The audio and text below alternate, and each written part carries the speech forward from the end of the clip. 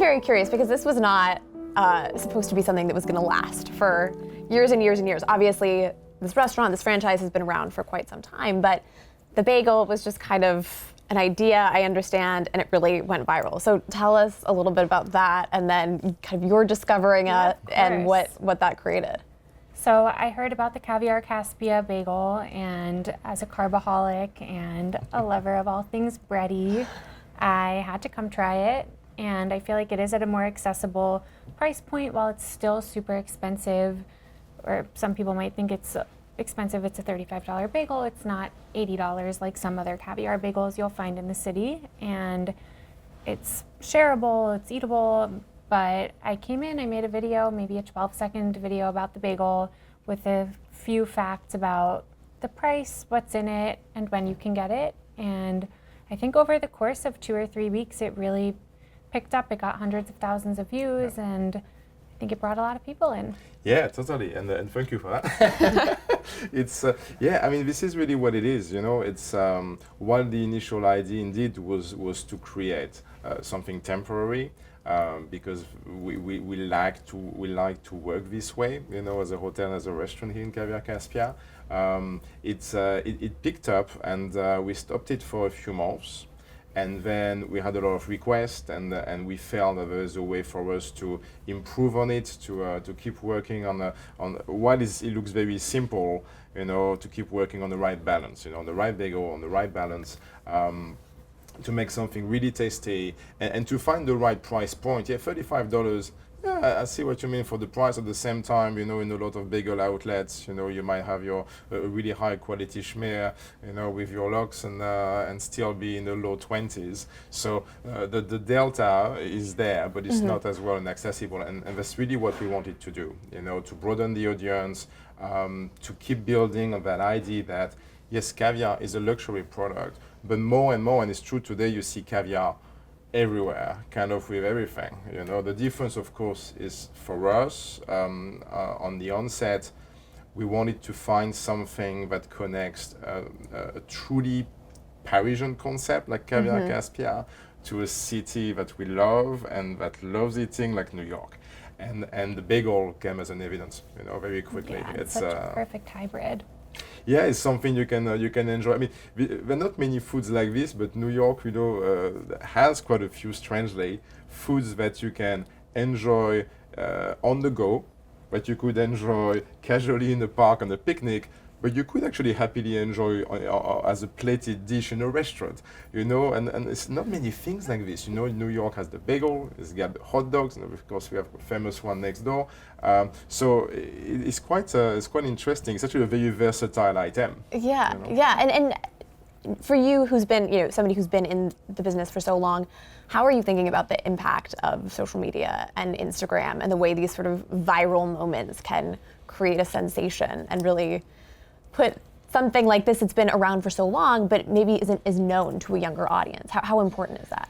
But I think, again, as a way we work at the Mark and with the team and with our owner, it's really about, it's not a fail-safe recipe, but we obey to a number of rules, and we always feel that when we really tick all these boxes, it generally is very successful. You know, one is to make sure, and when it comes to food products, but it's very good. And that's always how the conversation it might not be the starting point of the conversation, because the starting point might be the purpose, but then very quickly it's about establishing, okay, can we do this and make it taste good, you know?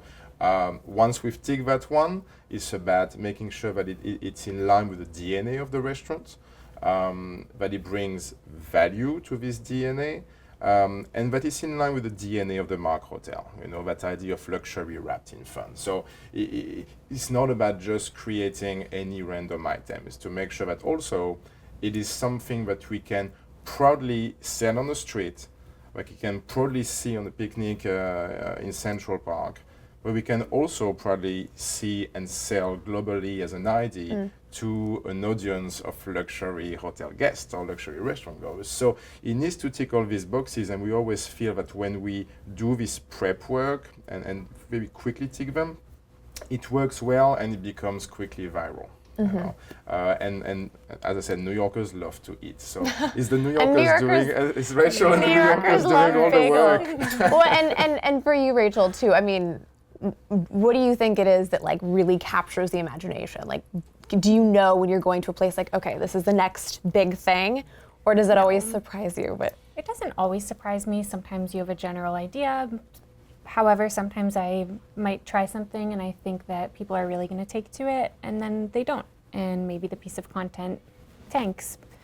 But I think with this bagels are kind of having a moment right now in New York to begin with, and obviously bagels have always been an iconic New York food, but you do see a lot of innovation in the bagel space right now, which I feel like kind of fed into the hype around this specific bagel, because you have people trying to do interesting things with bagels, and you also have caviar having a moment, and so it was the perfect kind of wedding of those two ingredients. Yeah, I mean, and look, I follow Rachel a lot, so but it's you know, there's also the this audience, you know, and what Rachel has managed to create, you know, over the years, you know. I think it's incredible to have someone who finds these little things around the city. I mean, it's a big city. I mean, 25, 26, 27,000 restaurants in New York City. Looking for a needle plus the bagel shops and the rest. I mean, it's crazy. And did you know about the video, or was it just suddenly you saw a ton of people trying to come in and asking for the bagel? Well, we saw the video, and then actually I remember the team coming to me after a few days, say, "Oh, you know, there's this one is trending, you know, quite a lot." You know, so, okay, well, it's true. It's so above our regular stats. And then a few weeks later, I think someone came to me and said, "Have you seen this? How this video is like growing? Like it became completely viral, you know?" And it's true. You know, I think it took a few weeks. Wow, you know, we need to crack the algorithm here.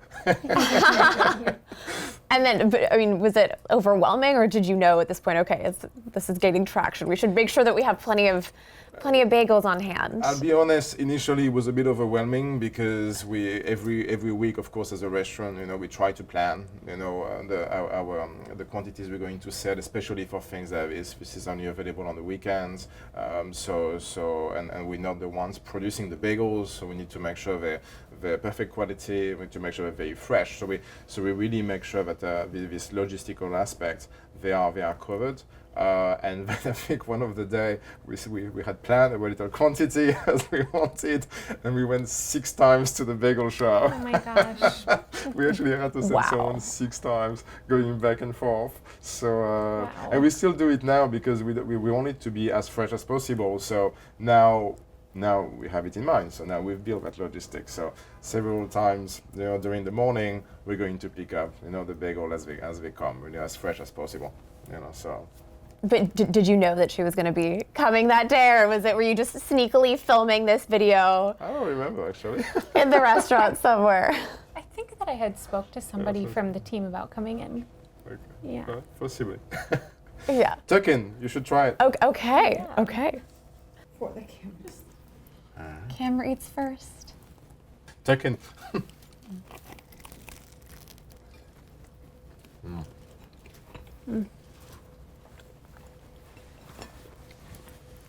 Is this as good as the memory you had of it? That's very good. You know, we love that. We love the saltiness of the caviar. You know, the cream cheese, of course, and the poppy seeds. They bring that nutty aspect to it. You know, which is one of the things one of the qualities you find in a lot of good caviar as well. Right? You know, that little, you know, slight, very subtle nuttiness. You know, and I think that with the poppy seeds, it kind of brings it, you know, a bit forward. You know, it's you know, like a seasoning of the caviar. You know, I love it. It's interesting. I'm also thinking of Cocodoke, which is another restaurant that's gotten really popular. And it seems like caviar, for whatever reason, and people like the irony, or they like the Instagram moment. Do you think it's really all about having a great photo now, or what do you think people find interesting about caviar? Well, first, you know, as someone who loves food, I would love to think that it's a great ingredient, first of all. You know, and I hope that for all these restaurants and all these concepts and pop-ups, this is the initial purpose, because it is a great ingredient. You know, the texture the subtle saltiness of it. This is a way to season a simple dish while bringing an additional level of texture, which is something very interesting and something that, over the course of food history, has been done in different ways, sometimes through spherification or molecular gastronomy. And today, because of the way caviar is more available, the many different varietals today, the species available as well, so today you can use it as this natural seasoning. And so I love that idea. And then, of course, look, this is something that, especially now with the price of caviar kind of going down on the market, it's or more easily available. I think it's also a way to bring that little touch of luxury, to something more that sounds mundane or common, and this idea of high lows, it's but initially, it is first a great ingredient. I do think that it is a little bit aspirational and does make people feel a certain type of way to eat it and to hold it and to post it and take that picture. And you really do see it everywhere. I feel like I see caviar on pizzas now and at Cocodoc on the chicken nugget, and it's really having a moment. Well, it's catching the light like the most beautiful stars, right? I mean, it's, the diamond. It's like a diamond. The diamond. It does actually for the photo opportunity. And also, I don't know if we got this really on camera, but this was intended to be a pop-up. And then what was sort of the reasoning then to have this stick around? Was it that you saw such a reception to this, or what made you decide to say, okay, we want to make this permanent? We had demand for it, and initially, it's true, it was that idea of the pop-up. Initially, it was with salmon as well. So salmon, caviar, and the cream cheese on an everything bagel. And then we were thinking the following year, okay, can we improve on it? Can we make it more affordable? Can we focus more on the caviar? And then we worked on a great recipe of the poppy seeds, and decided to just focus on having the caviar inside. And I think the price point as well probably was helped.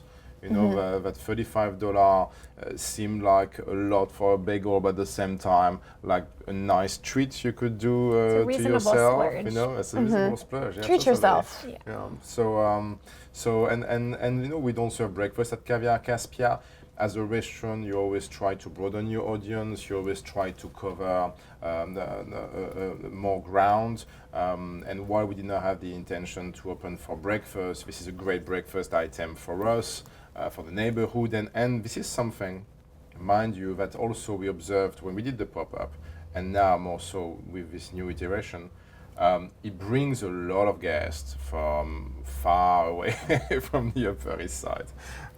So the Upper East Side is far away. So no, I mean it brings people from further away. Yeah, further away. So we have guests coming from downtown to queue and have it in the morning. So it's also helping us, cover more ground and broaden the audience.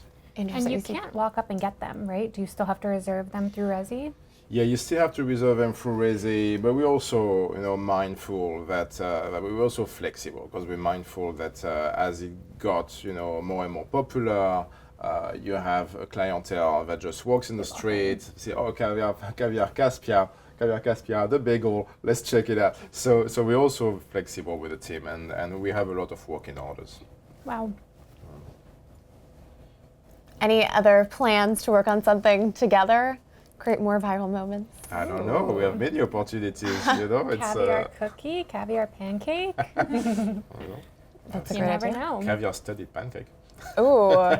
We're here with Sasha at Glace, the now super viral ice cream store. I understand you're actually expanding because it's been so popular. Yep. 2 weeks we'll be opening, 2-3 weeks we'll be opening a new store next door, and basically creating kind of the ultimate dream version of it that I have in my head that I wasn't able to do when we first opened because we didn't have enough money, and so it's exciting. So tell us a little bit about opening, how long you've been here, and then in the last less than a year, it's gone super viral. Somebody has 40 million views. So walk us through a little bit of your history. Absolutely. So we opened just over a year ago, a year and I think 2 or 3 weeks. And we kind of opened as a neighborhood ice cream shop it was, I grew up in this neighborhood. Growing up, we always had a shop around the corner called Mr. Chips that then became Ciao Bella. And I always felt like we didn't, 91st and Madison is such a neighborhood, and it didn't have the kind of local sweet ice cream shop. So when we opened, it was just ice cream and sundaes. And then we had a really good summer. But when the weather started turning, it got cold and business dried up and we started to slow down. And I just wanted to kind of create something that would get us through the winter. Mm-hmm. And so we created a hot drinks menu, and the main item was the s'mores hot chocolate. And we were very lucky that the right people came in, Rachel, and kind of put it on the map. And from there, it just kind of was a snowball effect. It just kept running. So for folks who don't know what the product is, what is the product that went so viral? So our s'mores hot chocolate is really what we're known for. And it's a delicious hot chocolate recipe that we developed with a toasted marshmallow rim, a scoop of whipped cream, and then we have a couple variations. But the original s'mores is what really went viral. Yeah, and it's interesting because a lot of times things go viral and then it seems like interest fades a little bit. But it seems like it only picked up and got more and more popular, right? Definitely. I mean, I think first of all, we've been coming up with new ideas and new versions and new kind of delicious treats. And it just seems like it keeps going. And I think also it tastes really good. And so it doesn't just look good, and people love it. I mean, Rachel and I were talking about the phenomenon of people willing to wait outside for hours. Yeah. Why do you think that is? I mean, do you ever look outside and think, oh my gosh, this is crazy? Yeah, I mean, I think when it first happened, it was like every day I thought it would be over. Like just today and tomorrow there won't be a line. And it just kind of kept going. But, I think it's exciting. I think people want to feel like they want to try it. They come with friends and they like it, so they bring their other friends. Family comes in from out of town, so they bring them here. And it's kind of like a treat. It's like a real experience. Yeah. What do you think it is about the product that makes it so sort of viral or contagious or keeps people coming back? I think that it looks completely unique, and it's this kind of very simple concept, hot chocolate, marshmallow, but recreated in a way that really captures people's imagination and also happens to be really delicious. And for summer, do you still have hot chocolate? Or? We don't have hot chocolate right now. We have our frozen hot chocolate, and we have our chocolate glacier, which is kind of another version that's really good. Okay. Really cool. Oh, I'm really excited. And so tell me about Rachel, because I understand she sort of stumbled on this organically. How are you are you thinking about using social media more for marketing, or is it all just been organic for you? I think it's been very organic. I mean, I think this kind of showed us the potential of social media to drive business. But it was really just as kind of a forum or a place to post our ideas and what we were working on and kind of gauge feedback, just to let people know what we're doing. Yeah. And so you came in one day. Walk us through the story. You had posted on Instagram, I think the day that the drink debuted, and I had been on the hunt for the best hot chocolate. Maybe I had tried about 30 cups up until that point, and I love a hot chocolate with a homemade marshmallow. A friend of mine who lives nearby came in the day that you debuted the hot chocolate. She sent me a picture of it, and as soon as I saw it, I knew that I had to have it. I think I came the next day, posted a video of it, and it did super well, and then a bunch of other people came in and posted videos that did even better, and the whole snowball effect that Sasha was talking about really took off. How are you thinking about sort of influencers and bringing visibility to the food scene? Because it seems like, people still care about food critics, but at the end of the day, it's what they see on Instagram or social media. Yeah, I mean, I think when I'm coming up with a new idea, I start with a basic concept, hot chocolate, or a dessert I had, Eden mess, or a classic take on a soft serve with, a hard shell. And then I kind of it goes through my mind and through kind of the creative process of how do we kind of put a twist on it? How do we make it more interesting? How do we use better ingredients? And then And then we put it out there and we hope that people like the way it looks and they like the way it tastes. It's such an iconic design, this hot chocolate. You've never seen a hot chocolate like it, the way that they pipe the marshmallow on the rim and they torch it, and then the way that the whipped cream goes on and you can stick a straw through it and drink it that way. I mean, I've never seen anything like it, and I think for decades to come, the look of it will be an icon. Yeah, no, that's interesting. And I mean, I remember growing up, my mom always talked about Serendipity. They had frozen hot chocolate, and it seems like there's sort of these items that really stick in somebody's imagination. No, it's true. I mean, I think Serendipity is kind of when people think of frozen hot chocolate, that is like the father of frozen hot chocolate. But when I think of regular hot chocolate, there isn't that kind of iconic version. I mean, not everyone, a lot of people make really good hot chocolates, and they make their homemade marshmallow, or they use dark chocolate, or they use milk chocolate, or they use white chocolate. But kind of changing the format, changing the form, you don't see so often. Where do you think Glace would be here without social media? I think we would be back where we started, as a neighborhood ice cream shop. Interesting. So, and are you hearing when people come in that they are from other countries? Yes. Or every country in the world, I feel like, has been here every day. It's the first stop off the plane. It's the last stop before going home. Their friends told them about it. Their mom came earlier and sent them a photo. It's really kind of unbelievable the influence it's had on the neighborhood. You know, it's like this is, 91st and Madison Avenue sounds like this kind of high-end shopping destination, but north of 86th Street, it's really just people, schools, a couple museums, and people live here. And I think the lines that we've created have drawn like more attention for the shop than anything else. People still talk about it when they walk by, like that's the place that has the line. And I think it's kind of become like just kind of like a cultural phenomenon, which is like this tiny hole in the wall on the northern part of Madison Avenue kind of developed so much attention and traction. Yeah. And how are you thinking about continuing to capitalize on?